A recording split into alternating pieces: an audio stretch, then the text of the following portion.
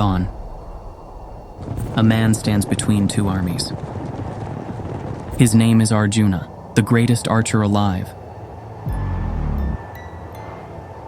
A warrior so skilled his enemies debated whether he was even human. But right now, his hands are shaking. On one side, his enemies. On the other, his cousins, his teachers, his grandfather. The man who first pressed a bow into his hands when he was small enough to fit under his arm. He looks at the distance between them. He sees that man's face, and he drops his bow. I cannot do this. Two voices answer him across the centuries. One says, pick it up. One says, the man holding that bow doesn't exist the way you think he does. Same question, same moment, completely opposite answers. And one of them is going to change what you would do. Two teachers, same world, opposite conclusions about what a human life is for. They grew up in the same civilization, same rivers, same gods, the same stories told so often they stopped sounding like stories at all. And from that shared world, they arrived at answers so irreconcilable that centuries of philosophy have never settled. Which one is right? This wasn't two worlds colliding. It was one world, splitting. One answer said, engage, fully. Your role in this world is sacred, and the cosmos depends on you playing it without flinching. The other said, the role was never you. The game isn't real in the way you've always assumed, and the one who believes they must play it, that belief is the wound. Krishna and the Buddha. If you've been with this channel, if you watch the Buddhism versus Hinduism video, or the self versus no self debate with Jung, you already felt this fault line. Those videos circled it without ever landing directly on it. Because the real question has never been purely doctrinal. It was always about a man on a battlefield with a bow in his hands and his family directly ahead. And it's about you. Because Arjuna's dilemma surfaces in most lives, eventually. A career your family built before you were old enough to want anything different. A version of yourself other people needed so badly you forgot to ask whether you needed it too. Stay or leave. Engage or step back. Two teachers, two answers, and the collision between them has never been resolved.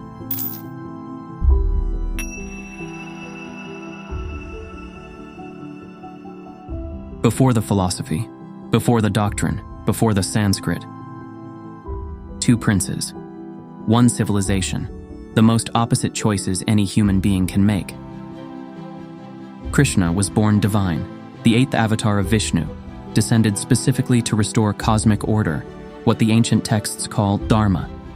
He didn't renounce the world, he wielded it. Power, strategy, war, love, devotion. Krishna ran toward life with everything he had, and called that the path to liberation. Siddhartha Gautama was also born a prince. He had everything Krishna represents: beauty, power, dynasty, a kingdom waiting at the end of a corridor, a wife, a newborn son sleeping in the next room. One night before sunrise, while his family slept, he walked away from all of it, through the palace gate, into the darkness. Krishna is the man who stays. The Buddha is the man who leaves. One told you to become everything. The other told you to become nothing. You've made a version of this choice. Maybe a career your parents shaped for you before you were old enough to refuse it. Maybe a relationship that looked right from every angle except the one that mattered. Maybe a version of yourself, serious, dependable, successful, that other people needed so badly you performed it for years before you noticed the performance. Engage or withdraw, become everything, become nothing.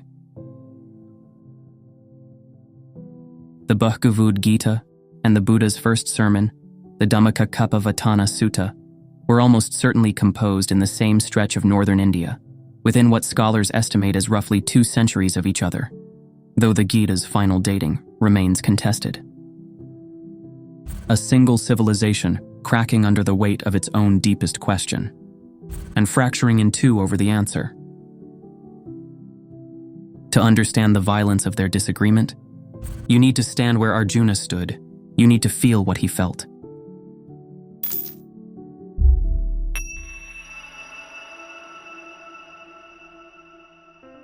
The man across the battlefield, he isn't a stranger. He's the one who taught Arjuna to aim his first arrow, who steadied his arm when it shook, who laughed when the boy missed the target and told him to try again. You can still hear his voice in your head, the way he said your name when you missed. That man is now on the wrong side of a just war. The Kauravas, Arjuna's cousins, stole a kingdom, cheated for it in a rigged game of dice, humiliated his family in public, refused every negotiation. The war to reclaim what was taken is just. Everyone on Arjuna's side agrees on that. The problem is the army standing across that field. His grandfather is there, his teachers, the men who raised him and shaped him. The war is righteous. The enemy has his face. Arjuna's problem isn't philosophical, it's physical. The people he loves most are the people he has to kill to do what's right. If he fights, he destroys his family.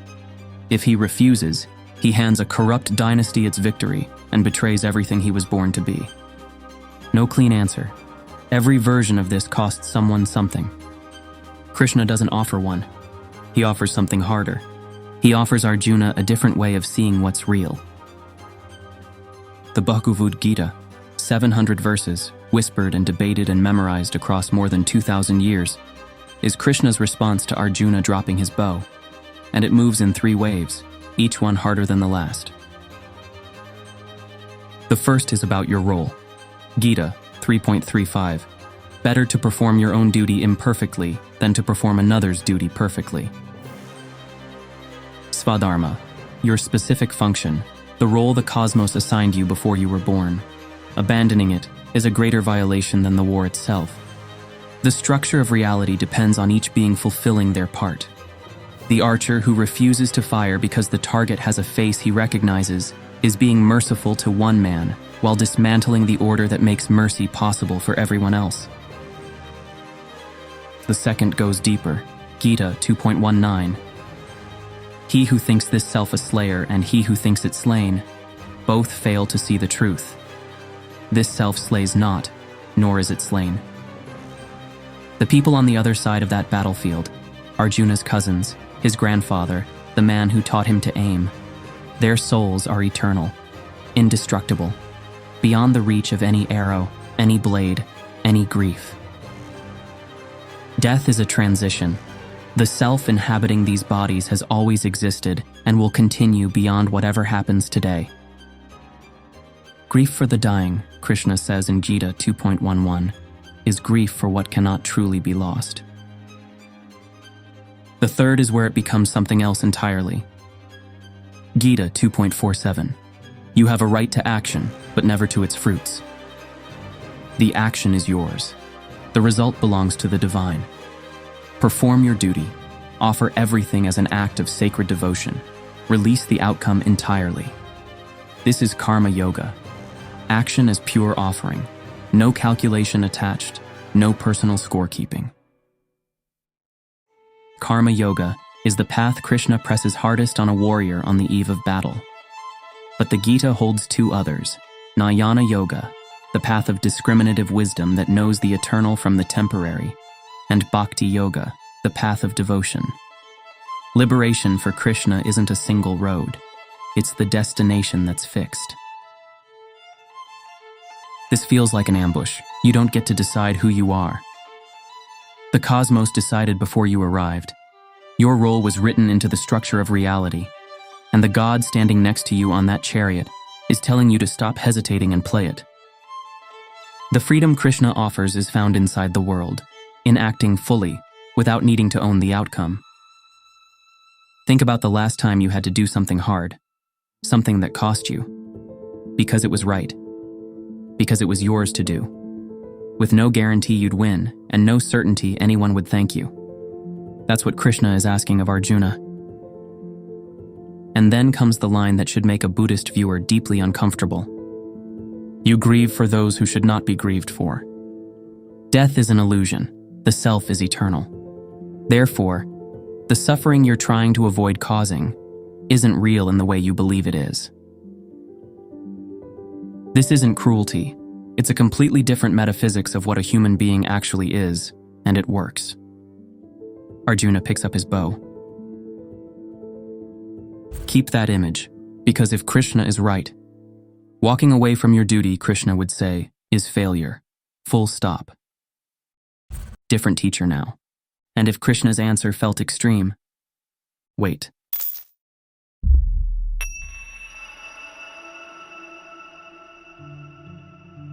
The Buddha's answer to Arjuna wouldn't be gentle. It wouldn't send him back to the battlefield feeling resolved and righteous. He wouldn't tell Arjuna to fight. He wouldn't tell Arjuna to run. He would pull the ground out from under the question entirely. In the Anatalakkhana Sutta, the discourse on the characteristic of non-self, one of the earliest teachings in the Buddhist canon, the Buddha lays out the proposition that cut him off from every tradition that came before him. Form is not self. If form were self, form would not lead to affliction.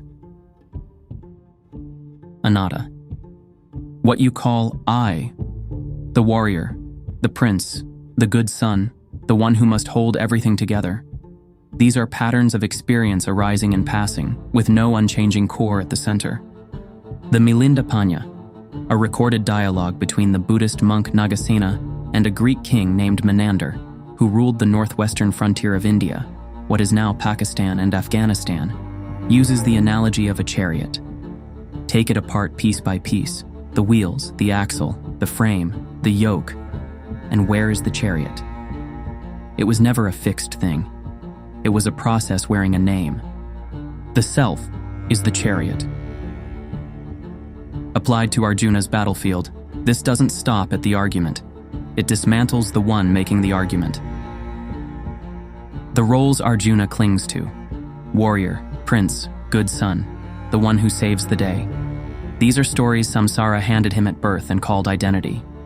The craving to win, to fulfill duty, to be the one who holds the arc of history in the right direction. That craving isn't nobility.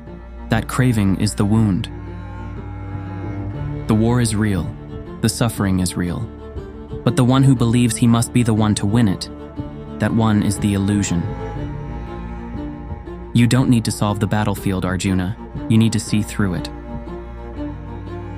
There is no version of this war where you win, because there is no fixed you to win it. Not wrong, not immoral, simply not real in the way he thinks. And here is the dimension that tends to get lost in the philosophy. The Buddha wouldn't say this coldly. His answer to Arjuna would also carry karuna, compassion, the recognition that every soldier on that battlefield suffers, that Arjuna's enemies wake before dawn with the same shaking hands, that the war perpetuates the exact dukkha, the low-grade suffering running beneath every conditioned experience, that the Dhamma exists to address. The Buddha isn't offering detachment as philosophical escape. He's offering it as the only form of love that doesn't generate more suffering downstream. You've felt a version of this. The moment you realize the thing you'd been fighting for, the carefully maintained performance of yourself, the identity you'd been defending for years, wasn't actually you. That moment of vertigo, the floor shifting, everything you built the story on becoming transparent. Vertigo comes first, then eventually peace. A Hindu viewer should feel unsettled here, because the Buddha isn't offering an alternative route to the same destination. He's questioning whether the destination, the journey, and the traveler exist in the way they've always assumed. Krishna removes the fear of death by revealing the self is eternal. The Buddha removes the one who was afraid in the first place. Now picture Arjuna again. Bow still on the ground, both voices in his head, the armies waiting. The man who taught him to aim his first arrow, still standing across the field. This is the moment his world splits in two. Because if the Buddha is right, everything Arjuna is fighting for might be built on something that was never there. Two princes, two answers, one battlefield, and they haven't finished with each other yet.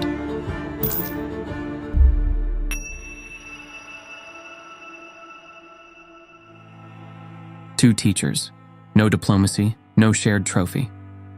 Three places where these positions meet head-on, because this is where you see the one thing neither of them says out loud, which reality is actually true. Collision 1, duty versus seeing through duty. Krishna, your role in the world is sacred. Cosmic Dharma depends on each being fulfilling their function. Abandon it and everything unravels, not metaphorically, but structurally. Buddha, attachment to your role is the cage, the warrior, the prince, the good son, identity samsara handed you at birth. The role was never you. Performing it indefinitely isn't Dharma. It's another layer of the cycle. The brutal question beneath this, is social order worth the suffering it demands? Krishna says yes, unequivocally. The individual suffers, so the structure holds. The Buddha says the question itself is the trap. The structure that demands your suffering was built by the same craving it claims to resolve. A musician, third generation, family name above the concert hall door. Audiences who have traveled hours specifically to hear them. Mid-career, they realize music was their parents' dream, handed to them so young they never had the chance to refuse it. The gift was always borrowed. Do they stay because the role is sacred? Because beauty will suffer without them? Because the duty is real? Or do they leave because the self performing that role was always someone else's construction? Krishna and the Buddha give that person opposing answers. Each carries genuine weight. Collision 2, self versus no self. Krishna, the Atman is eternal, divine, indestructible. More than this body, more than this life, more than this war. Recognizing that truth, that you are the deathless self wearing a temporary form, is moksha, liberation. Buddha, anatta. There is no fixed permanent self to protect, fulfill, or lose. What you call I is a process with no unchanging core. Recognizing that truth, that the self you've been defending was never the solid thing you thought, is nibbana, liberation. Two different metaphysics. Same mechanism, release the fear of death. Krishna anchors you to an eternal self that cannot be destroyed. The Buddha dissolves the self entirely. The behavior that follows looks almost identical. The universe underneath it is incompatible. If you watch the self versus no self video, the Jung and Buddha debate, you already felt this fault line. This is where it originates. Everything that video circled lives inside this single collision. Collision 3, engage versus transcend. Krishna, the world is the arena of Dharma. Run toward it fully, act, offer everything without reservation.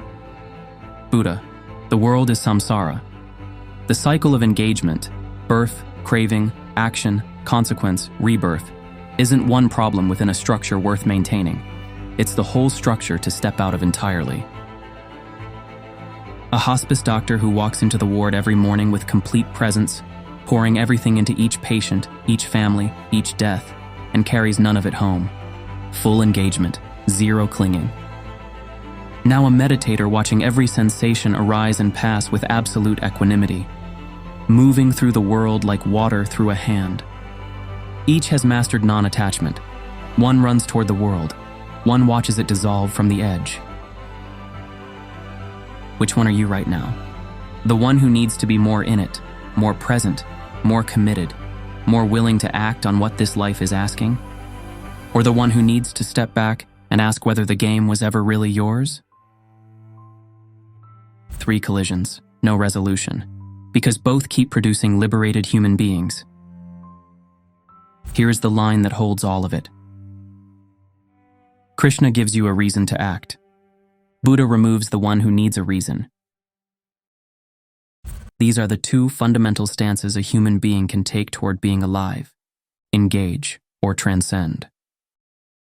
At the very summit of both paths, after all the collision, all the irreconcilable metaphysics, each teacher arrives at the same practice, and neither tradition has ever fully explained why.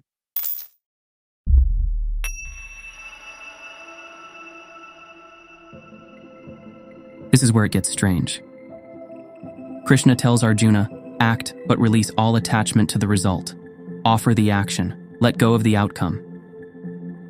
The Buddha tells his monks, act with compassion, but release all attachment to the result. All conditioned formations are impermanent. Sabba sankhara anicca, as the Dhammapada tells us.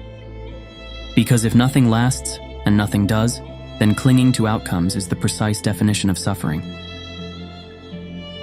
Let go. Stop.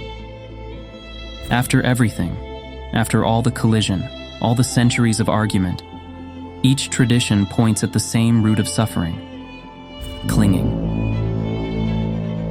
The grasping that turns experience into bondage, the need to possess the outcome, make permanent what is already passing.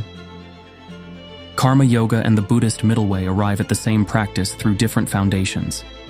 The liberated being in each system acts, loves, engages, and releases, without the grasping that turns experience into a cage. Two rivers descending from opposite sides of the same mountain range, running parallel for centuries, never merging, watering the same valley. And yet, they don't arrive at the same reality. For Krishna, the liberated being acts from an eternal divine self, Atman merging with Brahman, the individual soul recognizing its identity with the universal ground of existence. Moksha.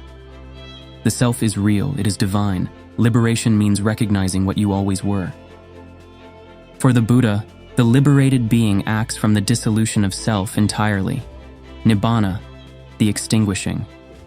Liberation means seeing through what you thought you were. Same freedom, incompatible realities underneath it. This is why these traditions argued with such precision across centuries, not because they disagreed about everything, but because they agreed on almost everything except the one question that changes everything else. What are you, at the deepest level? And that argument is right there in the texts. The Buddhist texts didn't ignore the Hindu idea of an eternal self. They argued against it directly, by name, on the same terms, without pretending the other side didn't have a case. In the Tevijja Sutta, the Buddha sits with a group of Brahmin priests arguing about which path leads to union with Brahman. Each priest insists his tradition holds the answer. And the Buddha asks them one question: has any of you, or your teachers, or your teachers' teachers, actually seen Brahman directly? Not read about it, not inherited the claim, seen it. The silence that follows is the argument. And the Gita fires back. Krishna's insistence on duty, on playing your role, on staying in the world, reads like a direct response to exactly the kind of wandering renunciants the Buddha belonged to. Two traditions, same soil, arguing through their texts across centuries. They knew each other well enough to argue this precisely. Krishna answers, how do I act well inside the world I'm in? Buddha answers, how do I see clearly what the world actually is? One gives you the strength to engage. One gives you the clarity to see through. Back to Arjuna, back to the battlefield, back to you.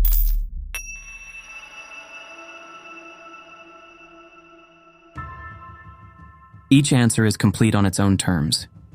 Each has produced, across centuries, across cultures, across every form of human suffering imaginable, people who acted without holding back, loved without possessing, released without bitterness.